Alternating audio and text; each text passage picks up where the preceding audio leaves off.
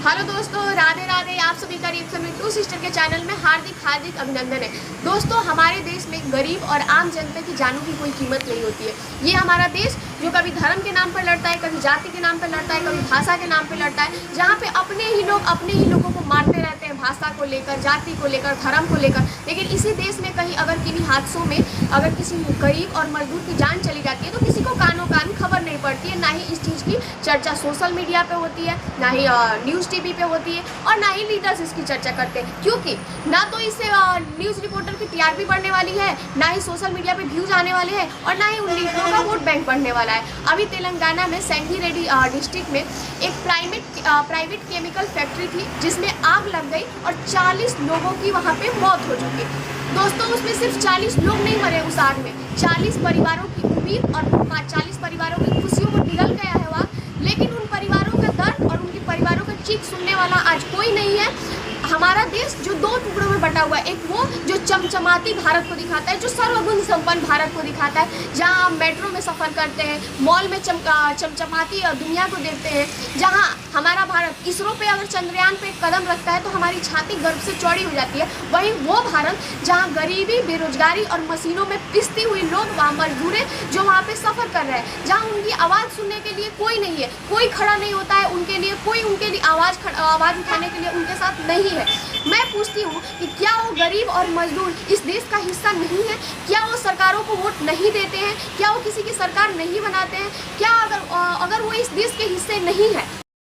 40 परिवारों का दुख, 39 परिवारों का दर्द, 39 परिवारों का चीख सुनने के लिए कोई नहीं। ये हमारा भारत देश जो दो टुकड़ों में बटा हुआ है, एक टुकड़ा वो जो बाहर से चमचमाती दिखती है, सर्वगुण संपन्न दिखती है, और एक वो जो गरीबी और मजदूरी में पिस रही है। एक वो हमारा भारत जहाँ पे मेट्रो में हम सफ़र कर रहे हैं, मेट्रो में दौड़ रहे हैं, मॉल में चमचमाती दुनिया देख रहे हैं, जहाँ इसरो चंद्रयान पे जब कदम रखता है तो भारतवासियों का सीना गर्व से चौड़ा हो जाता है। और वहीं दूसरी तरफ जहाँ गरीबी और बेरोजगारी और मशीनों के बीच मजदूर और गरीब इंसान पिस रहा है, लेकिन वहाँ किसी को फ़र्क नहीं पड़ता है, क्योंकि उनकी चीख और दर्द सुनने वाला कोई नहीं है। मैं पूछती हूँ कि क्या वो गरीब और मजदूर जनता इस देश का हिस्सा नहीं है?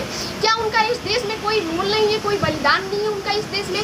क्यों अगर है तो क्यों नहीं सरकारें उनकी बात सुनती है? अब क्या वो मजदूर किसी की सरकार नहीं बनाते? क्या वो मजदूर किसी पार्टी को वोट नहीं देते? वोट नहीं देते थे? क्या वो 40 परिवार किसी पार्टी की सरकार नहीं बनाती थी? उनकी मौजूदगी इस देश के लिए मायने नहीं रखती है।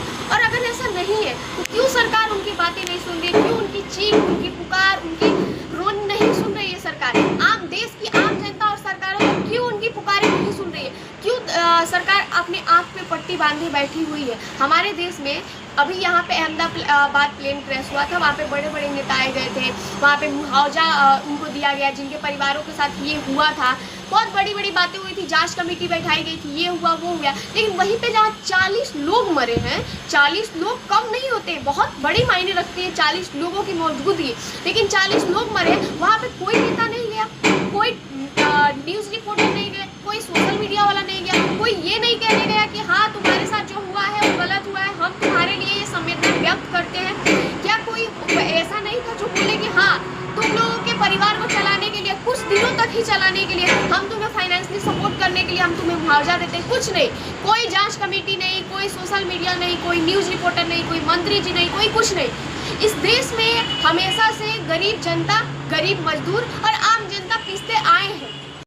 जब भी हमारे देश में कोई घटना होता है, कोई दुर्घटना होता है, कोई हादसा होता है, उसमें कोई ना कोई जिम्मेदार होता ही है। क्योंकि जो एक बार हो उसे घटना बोलते हैं, हादसा बोलते हैं, जो बार बार हो उसे हम लापरवाही बोलते हैं। मैं मानती हूँ वहाँ पे किसी की लापरवाही, वो कंपनी में आग लगी, वो फैक्ट्री में आग लगी, वहाँ पे किसी की लापरवाही हो, लेकिन किसी की लापरवाही हो जो 40 लोगों की जान चली गई, वो देश की भी तो जिम्मेदारी बनती है, वो सरकारों की भी तो जिम्मेदारी बनती है कि उनके लिए कुछ करे।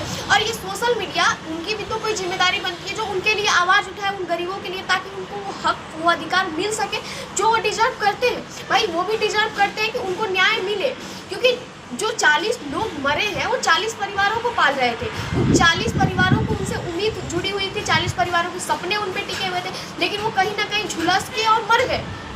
कोई बात नहीं। वैसे देश में घटनाएं होती रहती है, आए दिन कोई ना कोई घटनाएं होती रहती है, आम लोग मरते ही रहते हैं और लोग वैसे ही खामोश, वैसे ही चुप रहते हैं। और रहा बात लीडर जो कि बड़े बड़े वादे करते हैं, हम आपका ध्यान रखेंगे, हम देश को आगे बढ़ाएंगे, 2047 तक देश को हम विकसित देश बना देंगे। आप 2047 तक भारत को विकसित तब बनाइएगा जब इस देश में कोई मौजूद रहेगा, और इस देश को कोई भी एक वर्ग आगे नहीं ले जा सकता, ना तो अमीर वर्ग ले जा सकते हैं आगे और ना ही मध्यम वर्ग ले जा सकते हैं। तो इस देश में दोनों लोगों की ज़रूरत है। लेकिन जैसे सरकार की बोले तो या जनता की बोले, किसी की लापरवाही की वजह से जैसे आम जनता और गरीब मजदूरों की जान जा रही है, 2047 आने तक भारत में कोई बचेगा तब तो।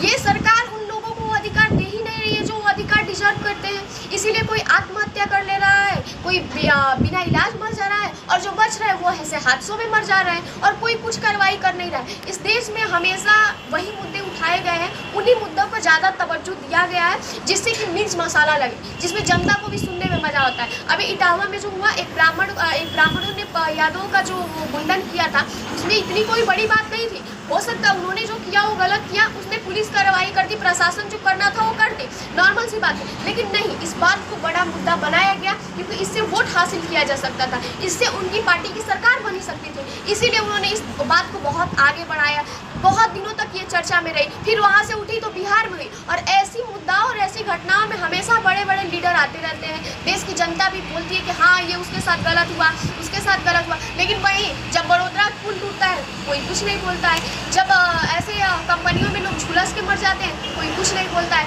वहीं कहीं कोई एयरप्लेन क्रैश में मर जाता है कोई कुछ नहीं बोलता है। क्यों? क्योंकि इसमें सरकार की गलती रहती है, इसमें किसी न किसी की लापरवाही की गलती रहती है, और इससे सरकार का कोई फायदा होने वाला नहीं है। सरकार अपने आंखों पे और अपने कानों में पट्टी बांधे हुए बैठा है। हमारे देश में आए दिन ऐसी घटनाएं होती रहती है, गरीब लोग मरते रहते हैं, आम जनता मरती रहती है, इसमें कोई नई बात नहीं है। और ऐसे ही लोग चुप्पी साधे बैठे रहते हैं। लोगों को जिसमें मज़ा आता है, जो न्यूज़ सुनने में मज़ा आता है, वो लोग न्यूज़ फैलाते हैं। किसी ने किसकी बीवी को मर्डर कर दिया, किस पार्टी ने किसको क्या बोला, किस लीडर ने किसको क्या बोला, लोगों को यही मज़ा आता है, आते रहे। गरीब और आम लोगों को कौन सुनने वाला है? ठीक है, वो तो पहले भी ऐसे ही अपनी ज़िंदगी जी रहे थे, आज भी वैसे ही अपनी ज़िंदगी जी रहा है। जब भी कोई चुनाव आता है, जब भी कोई चुनाव आता है, किसी पार्टी की सरकार बनने वाली होती है, तो गरीब मजदूरों को सहारा लिया जाता है, बाद में उन्हें छोड़ दिया जाता है, बेसहारा छोड़ दिया जाता है, उनके लिए कोई खड़ा होने वाला होता नहीं। तो मैं आज का वीडियो यहीं पे समाप्त करती हूँ। आप लोग कमेंट करके बताइएगा कि मेरा वीडियोस कैसा लगा। तब तक के लिए बाय बाय।